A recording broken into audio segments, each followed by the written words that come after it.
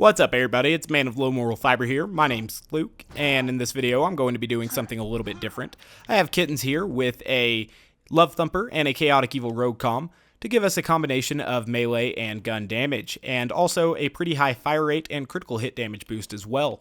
So we'll see how we do. This is a hybrid build that I just created in order to be entirely different from other ways that I've played Zer0 before. So I'm here, and we'll see how we do. Obviously, Kunai are going to deal a significant amount of damage to this guy, and we can just finish him off with melee. I'll give you guys a more in-depth explanation if you guys really want it. But in this video, I just kind of wanted to demo the gameplay of it because I found it pretty damn fun. And so if you guys think that it's interesting enough to warrant a further explanation, I can definitely give that to you guys. But as you can see, it's absolutely a devastating build for mobbing. It's entirely different than other ways that I've played Zer0 before. So, you know, it's pretty strange. Now, you can definitely get mini must fall chains with it, that's for sure. And having those mini must fall chains will enable you to spread kunai out a lot quicker. And it's all going to be boosted kunai because kunai do catch roid damage, and we are using the Love Thumper, so roid damage is always going to be activated, which is cool. So, now we'll be moving forward here, but this build doesn't rely on melee damage, obviously. The gun damage from the Kitten is quite high, and it'll be more than enough to keep you alive, because the Kitten fires so quickly that, you know, you'll always have damage being done to the enemies, and that damage being done to the enemies is much higher relative to the health that you have, you know, using a level 80 gun and only having a level 72 health bar, that it's actually fairly survivable. This build really struggles with killing enemies at range, though, so you have to be pretty close to enemies, which is sometimes difficult to do, but overall, it functions very well. And we can take out badass enemies very quickly like that and stuff. Perhaps we could have done even more melee damage to him if I used the Slag Kitten, which I have a blade on. So we'll move forward here, and we'll continue to kill enemies. Getting this guy nice and slagged up, and then we'll finish him off here with a killing blow. And now we'll move forward. And so you have a few different options to try to take out enemies if you want. I mean, if you truly wanted to, you can kill enemies strictly with kunai like this, because it's always boosted by the Love Thumper. But I find it best to try to put enemies in a spot where you can get a killing blow on them, continue your mini must fall chain, and then use kunai on other enemies as well. So that's pretty cool. We can disable attacking exploders very easily, even without slag, so that's pretty cool. Now, it's not the most ammo-efficient build in the world, even though assault rifles have a huge ammo pool. We have such a high fire rate from the combination of Fearless, the Chaotic Evil Rogue Comm, that we use ammo up pretty damn quick as well. So that's something to watch out for. Another thing that I don't like is how infrequently the Kitten actually slags enemies. It doesn't have the highest slag % chance in the world, and that's okay. So we're going to get kunai here on this guy. We're going to get a slag on him. Melee this guy here. Get some more kunai on this guy. Melee, oops. Nope, we weren't going to melee him. See, that's sometimes a problem I run into as well. You deal so much damage with the kunai that sometimes you mess up your own mini must fall chain by killing the enemy too quickly. But that's alright. Because the kunai are boosted, they're also going to recover your health very, very easily with the Kitten. So that's pretty cool. I don't know, I was just thinking of a way that I could play Zer0 that I hadn't played Zer0 before, and this is what came to mind, and it actually worked out being pretty damn effective, so I wanted to show it to you guys. It's kind of a novelty mobbing build. It's definitely not as powerful as some of his other options. It's not as survivable as some of his other options, but it is quite fun. We did kill that badass there with melee, because I did switch to the Slag Kitten, so that was pretty cool. We'll go ahead and acquire a little bit of ammo here. Definitely want to blow up any barrels that are about, because the Love Thumper doesn't play very nice with barrels, obviously, and so that's something that you kind of have to watch out for. I'm also going to pop down here while those enemies are still kind of out of the way, and open up these chests for a little bit extra grenade ammo and assault rifle ammo as well. So, same rules apply though. You know, obviously when using one type of ammo, you are going to have an opportunity to get more of that type of ammo from, you know, chest and enemies and stuff as you get low on that singular type of ammo. And so that's pretty cool. Probably shouldn't just be wasting ammo here on an exploder, but I'm not too worried about it. Whoa! So that's where this build really fails, is extreme long range like that. So I took way too much damage there, so I had to really kind of rely on the transfusion grenade. And there are probably some of you wondering why, since I'm using the Kitten, I'm still using the transfusion grenade as opposed to a singularity option. It's because you have to be so close to engage some of these enemies that the singularity grenades were actually killing me. One thing that is pretty cool is that you can basically just face tank some of these enemies here because the Kitten fires so fast and does so much damage. Now obviously during a reload or something you could die, so it's not a foolproof method, that's for sure. But yeah, so we're in a bad spot right now where we're a little bit too far away from these enemies to engage them. And so that's where this build really struggles. But, you know, Deception will allow us to close the gap using Execute and stuff. And then we can line up bore shots or try to get a mini must fall chain or really any number of ways we could choose to take these enemies out.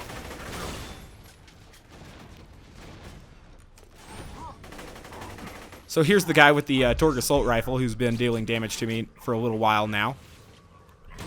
And we'll kill him with a melee. Cool, so we'll blow up that barrel preemptively. Using the fire one for whatever reason, that was a mistake. Get kunai on this guy. Kunai will heal your health bar up once they explode, obviously, because they are dealing that huge amount of roid damage. And that's pretty cool. We'll go ahead and finish this guy off as well. And then we'll kill this guy here. Try to get a mini must fall chain going. Cool, so we were able to get that guy slagged and kunai'd because of the kunai and that we could throw from our mini must fall, and that worked out very, very well. So I'm going to refill here on assault rifle ammo. I tried to buy sniper ammo out of habit. And now we'll go forward and kill whatever's left. It's going to be Pervy and his little friends, and also Hurley and the badass loaders are going to be coming eventually as well. So I'll come in here so that these guys will spawn.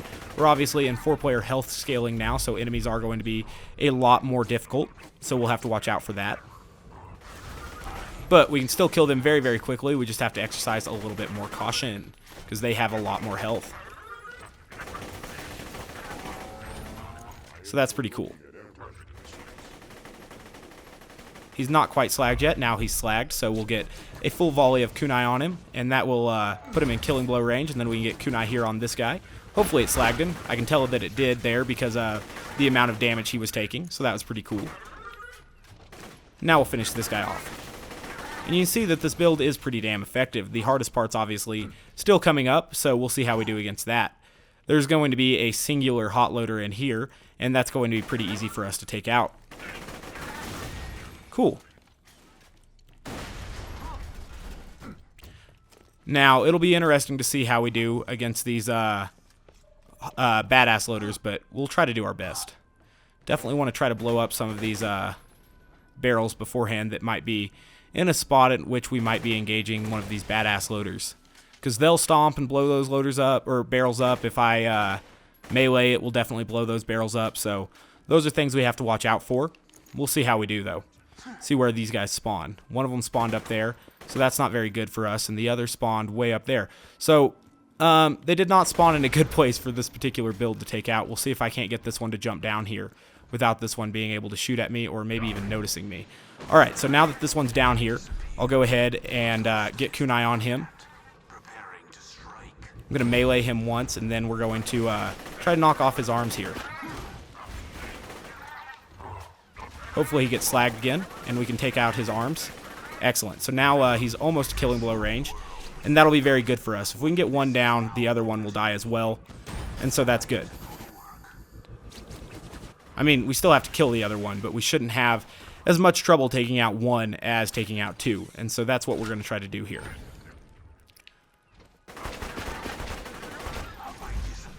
Alright, so almost died there, but not quite. And now we're just going to come behind him and really try to take him out here.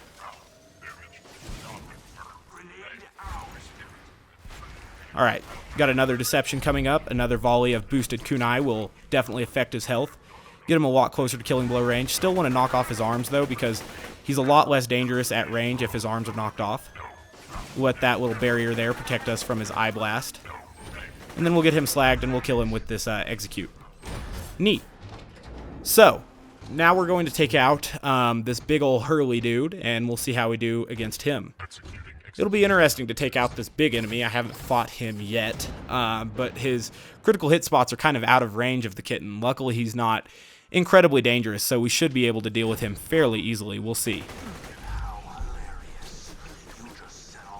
I do have on a shock kitten, so we can at least wear his shield out like that, and so that worked out very well. Definitely need to get some health back before he starts shooting here. Alright, so we ran into a tricky situation, made it through it though, and so that was good.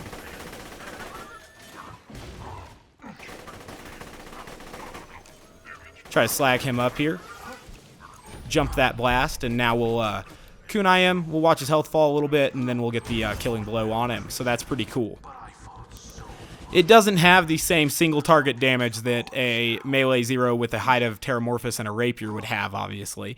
And it doesn't have the range and single target damage that a Sniper Zer0 would have. It's definitely not his best build, but it's an effective build that you can use even at overpower level 8, and it is quite fun to use. It's definitely a change of pace if you traditionally play other types of Zer0. This one's pretty fun to mix in with because it is entirely different than other ways that I've played Zer0 in the past, and it's kind of fun. So, I don't know, a little bit different, not something that I usually show, assault rifles on Zer0, other than the Rapier, of course. But overall, it worked out, So that was pretty cool. Are these the exact same shield? No, they're pretty close, though. That's kind of funny. Alright, so if you guys want to see a more in-depth explanation of this build, or this build against some other enemies, let me know, and I can try to work that in the future. But as always, guys, I do thank you very much for watching. I do appreciate it.